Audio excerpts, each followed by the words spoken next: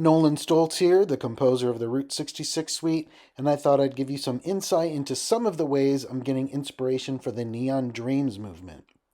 We will begin here in Tucumcari, New Mexico, at the iconic neon sign of the Blue Swallow Motel. One of the things you'll notice about the sign is the bright colors, which I intend to evoke in the kinds of harmonies that I will use and the instruments I will choose to play those harmonies. I will also use animated neon signs along the route to get ideas for different rhythms and meters. For example, I'd like you to notice the flashing blue swallow and how it is on a little bit longer than it is off. It's on to off in a 3 to 2 ratio, which could imply a meter of 5. For example, 1, 2, 3, 4, 5, on 2, 3, off 5. Or maybe the meter is in 4 and you have a dotted quarter note plus a quarter note. 1 and 2 and 3 and 4 and 1 and 2 and 3 and 4 and... Notice the other flashing neon sign that's on the opposite side of the street and further down the road. One of the things I find interesting about a street scene is that sometimes you'll get multiple flashing neon signs and almost always flashing at different speeds. To me, musically speaking, this could imply different tempos, meters, and rhythms performed at the same time and only occasionally syncing up. I got the idea of taking tempo, rhythm, and meter from an animated sign one night sitting in front of the Wagon Wheel Motel in Cuba, Missouri. I had my silent practice drum with me, and I was improvising ideas using the neon sign as a metronome. I noticed that the arrow light and the wagon light didn't seem to be even. It seemed closer to a 5 to 6 ratio than an even 1 to 1 ratio. So I improvised rhythms in 11 with a 5 plus 6 feel.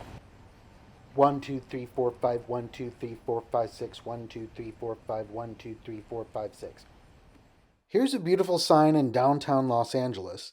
This is inside a food court along Broadway, which is Route 66. I like the busyness, the complexity, and yet the simplicity of it too.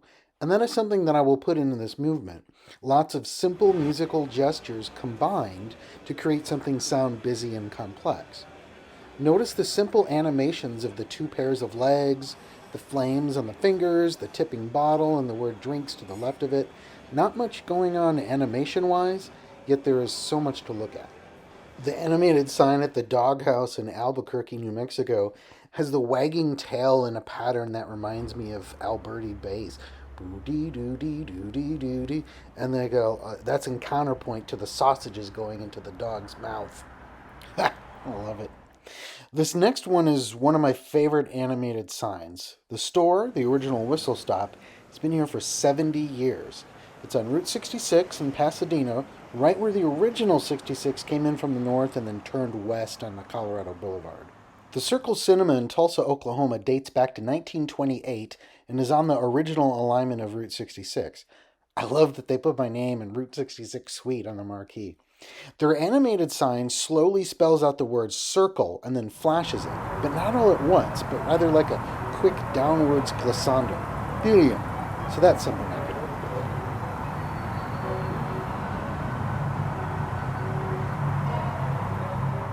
with. Circle Cinema is a great theater. I've seen a few movies there already.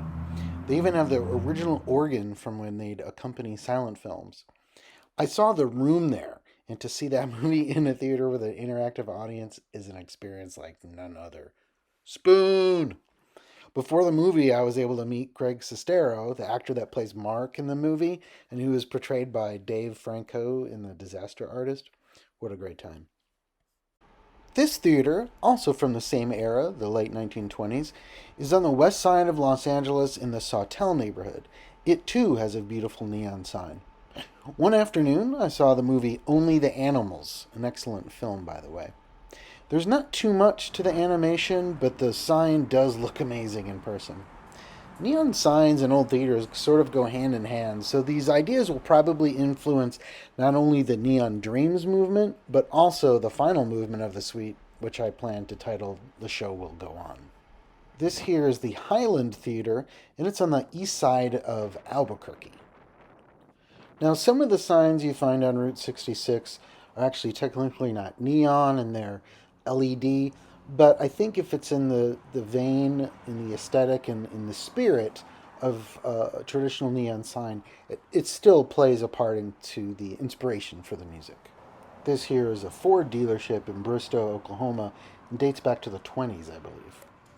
This one is in downtown Springfield, Missouri, a simple animated neon sign. This one in South Pasadena I love, especially the colors of the different animals that are barbecued. And I like the upward glissando effect. The neon wall at Uranus, Missouri, or Uranus, as they say, is really new.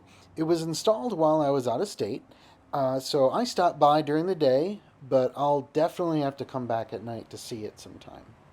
However, I did get to meet Louis Keene while I was there. He's the self proclaimed mayor of Uranus, so I'm glad the timing worked out the way it did. Here's another theater with a neon sign. It's in El Reno, Oklahoma. No animation other than that quick flash at the very top. The 66 Drive-In Theater in Carthage, Missouri is super fun and was a real treat to see Beetlejuice, a movie from my childhood. Its neon sign simply flashes.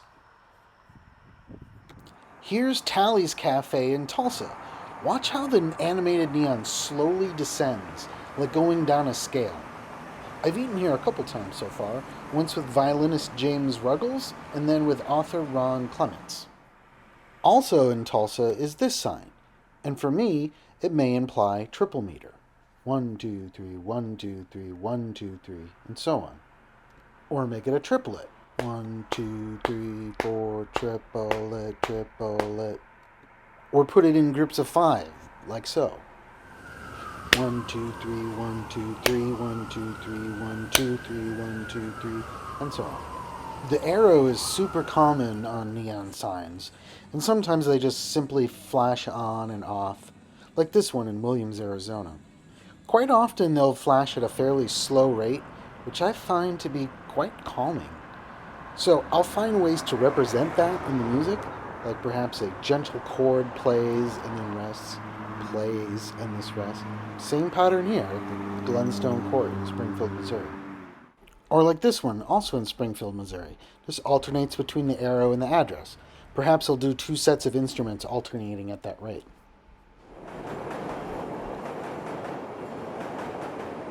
This neon sign is quite feverish, almost frenetic. It exhibits the quality of a big city. This is Chicago, by the way, and you can hear the L train pass above. Back to Tulsa, which I'm telling you has some of the best neon on all of Route 66. That town is really doing it right. This is Howdy Burger, and they have a nice, simple animated neon sign. This is in Weatherford, Oklahoma. And is it just me, or does this animated neon chili character remind you of Mr. Hanky from South Park? Not too appetizing. Okay, I'm not one to promote national chains, but the folks in Holbrook, Arizona fought corporate to keep this beautiful neon one. Nothing especially remarkable about this sign in Veneta, Oklahoma, but I do like the animated eyebrows. Here's another example of an on and off flashing neon sign. It's at a little diner in West Los Angeles. It's a fun place to eat, and you can sit outside and have your meal right on Route 66. I've been through Stroud, Oklahoma 6 times in 5 months, and the Rock Cafe was only open this one time. It was daytime. But they were kind enough to turn on the neon sign for me, so I hope to return soon. I really like the circular animation of this sign, which is another LED, but that's fine. I'll compose some circular patterns to evoke this motion. This sign in Albuquerque also has the circular LED, but animated in a different way. It also has neon and it has animated bulbs. I will reflect signs with animated bulbs in this movement, but I won't cover how I'll do that in this video.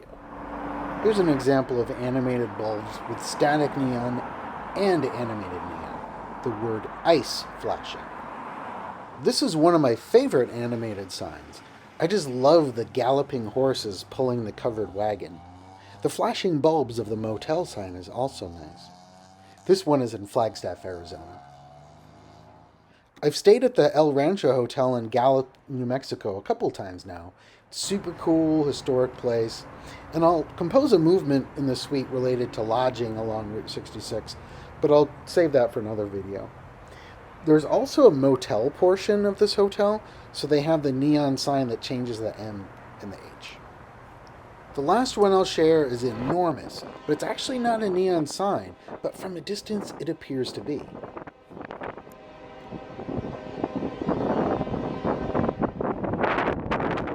Sorry for the wind, but I was trying to capture the sound of the train, which is an important part of Route 66, and a sound I'll definitely be incorporating into the music in some way.